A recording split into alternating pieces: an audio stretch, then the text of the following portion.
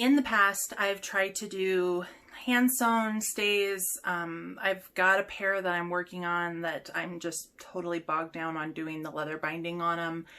I've hand sewn my 1830s corset, which was more just because I was going to be in a situation where I didn't have access to my sewing machine and spending a lot of time, so it was just made more sense to hand sew it.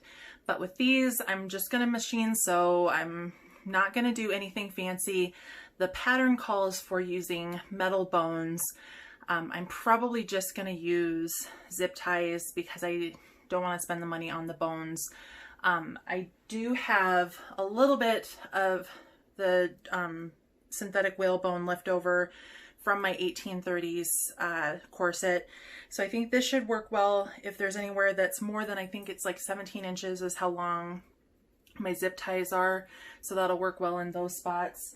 I'm just going to be using regular grommets. I don't plan on doing hand sewn or anything like that. And here is the pattern all cut out and ready to go. So I'm hoping that this project should be relatively fast. And I did make one splurge purchase for this project that really doesn't relate to it being historical, but I've been eyeing these for a long time. I had to get the Tula Pink iridescent shears. They're just, I'm a sucker for this kind of stuff. So I'm kind of excited to get the project going. Cutting out the pattern is pretty straightforward.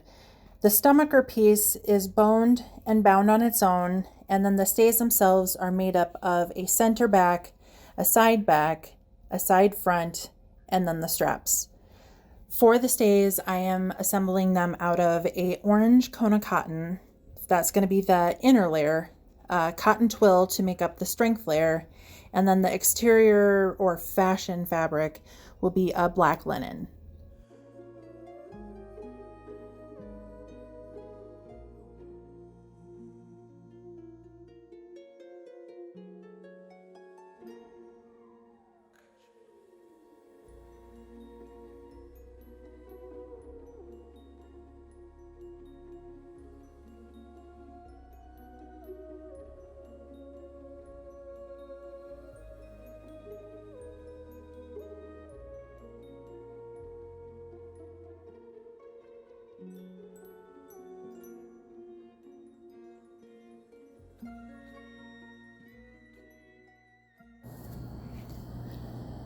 With the orange cotton layer being the lining, I figured that that was going to be the best place to go ahead and transfer the boning channels onto.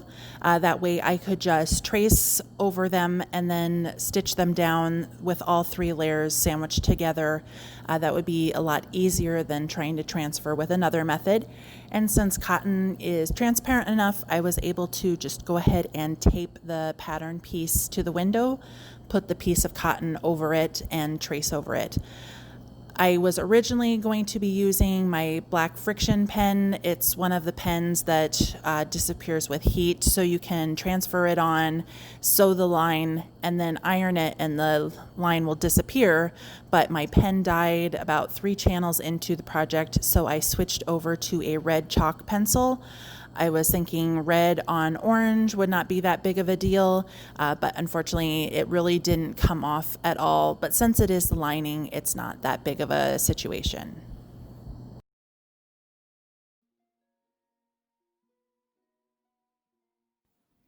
Now that the boning channel lines are traced onto the different lining pieces, I go ahead and take that orange lining cotton and then sandwich it with the white cotton twill that I'm using for the strength layer and the black linen that is going to be the outside or fashion layer. And then I just go ahead and do a nice long running stay stitch around the edges of each of the pieces to hold them in place. That way, when I go in and do my machine stitched boning channels, I don't have to worry about anything slipping or folding over or getting bunched up, and they will all just stay put. I am also using a contrast colored thread here to make it a little easier to pull out once everything is assembled.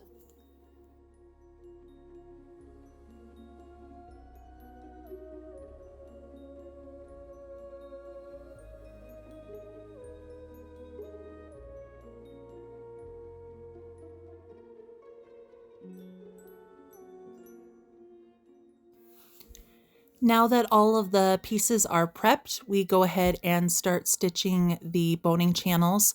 I am machine stitching them. I decided to do that instead of hand stitching, thinking initially that it would be faster, but because there are so many places where there is both a horizontal and vertical channel intersecting with each other, it probably would have been just as fast to hand stitch them. When we come to a spot where these two channels intersect, I didn't want to have the look of backstitching, so I did pull everything, leave a long tail so that I could tie it, and then just run the thread between the layers to kind of hide the knot to try to give it as clean of a look as possible.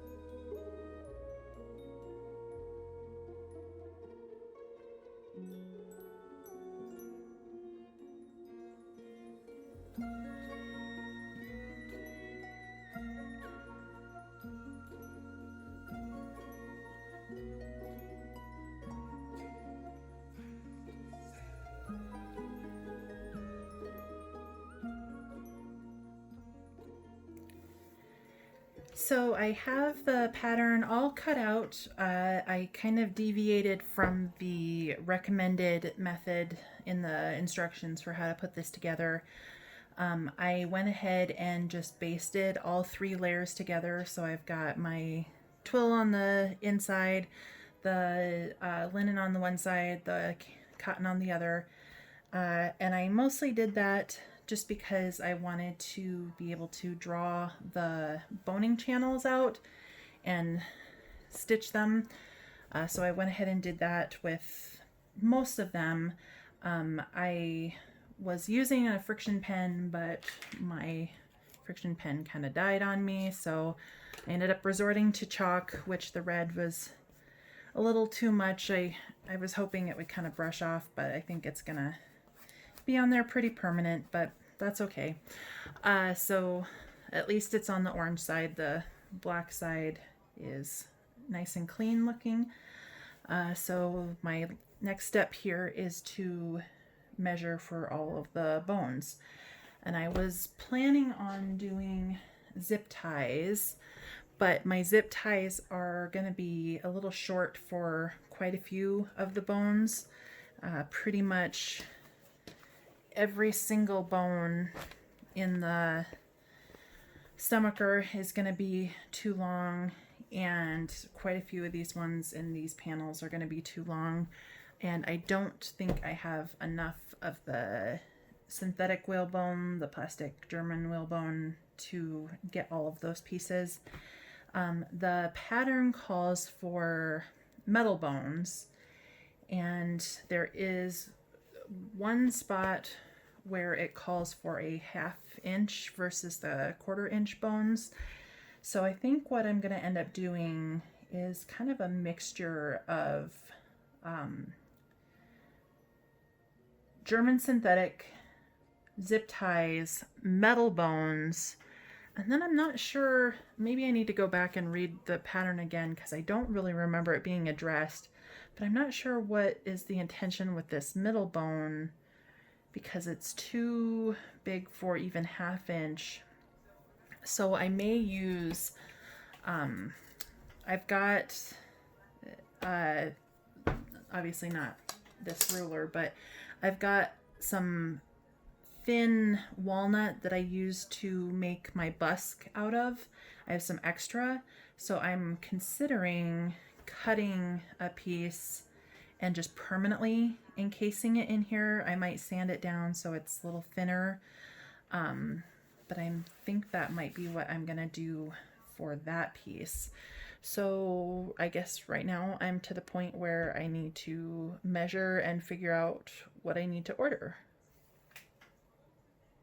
So this is kind of my hodgepodge of boning items. I don't think this is even enough for the central panel. I'm pretty sure I don't have enough 1/2 inch to work. Here's one that might. Let's take a look.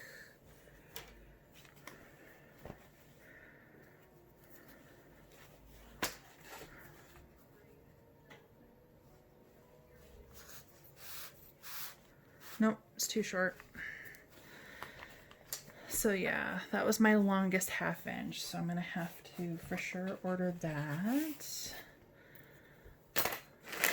And then, I don't know, the zip ties almost seem, I'm contemplating maybe doubling them.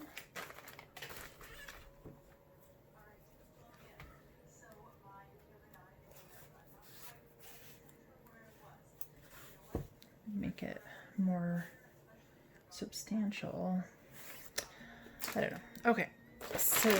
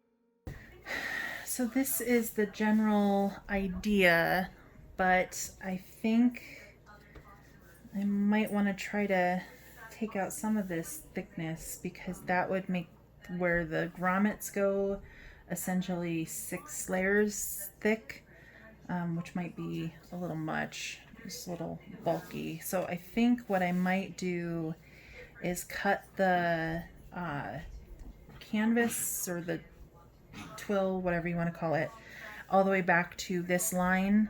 And then I think the cotton's pretty lightweight, the linen's pretty lightweight, so the 4 layers there, that should be okay with putting the grommets in.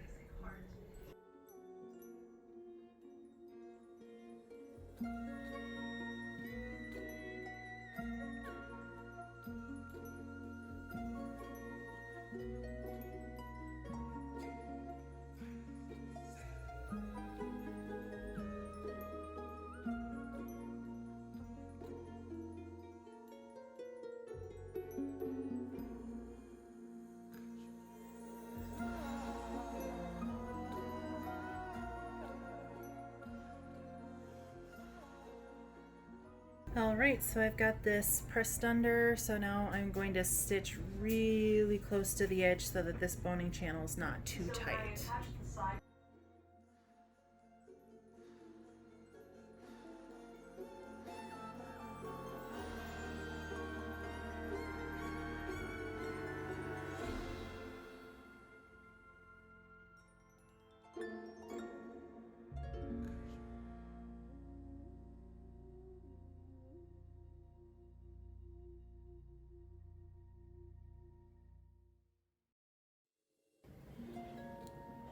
So I have all the bones in and the corset is assembled.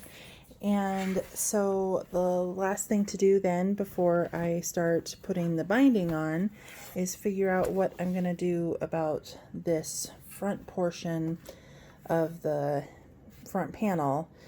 And I read through the instructions again, and it says to just do a 1/2 inch steel bone here, but I don't know, I guess when I transferred the pattern I did it incorrectly or something, because this is an entire inch channel, so a 1/2 inch bone would just float around in there. So what I decided to do is I had some leftover 1/4 inch walnut that I had purchased to make a bone for a different set of stays that I'm making. And I had some left over, so I had a piece that I cut out that I sanded the edges so they won't catch and rounded at the corners on it.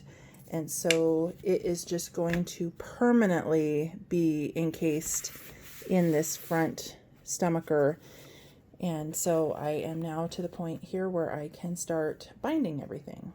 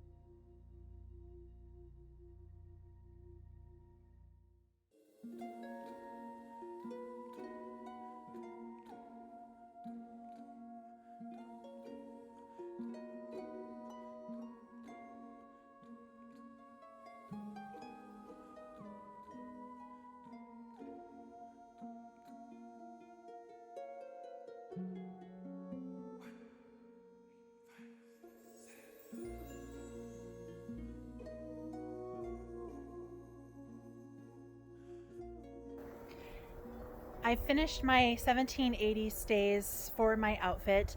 I'm pretty happy with how the pattern went together. I didn't really make any modifications to it.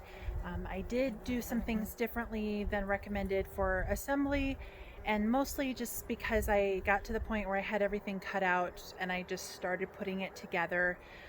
Initially, I had wanted to make these reversible. I thought that would be really fun, but then when I was thinking about it later, I realized that that didn't make a lot of sense. You want the bones in the stays to start to mold to your body.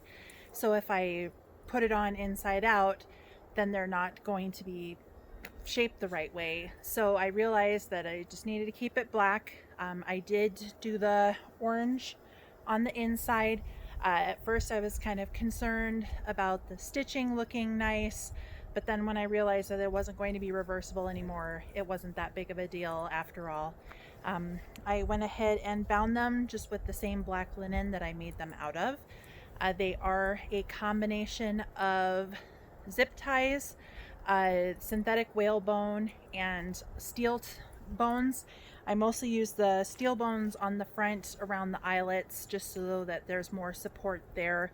There is also a wooden busk in the stomacher, and that was just because I must have done something weird when I traced the boning channels, and the center channel on the bust was way too, or the stomacher I should say, was way too big to accommodate the 1/2 inch steel bone that the pattern called for. Thankfully I did have some leftover 1/4 inch walnut that I had used to make my other busk out of, so I was able to cut a piece and it's just permanently inserted in the stomacher. Other than that, I'm pretty happy with how they turned out, and we are on to the petticoat and then the dress.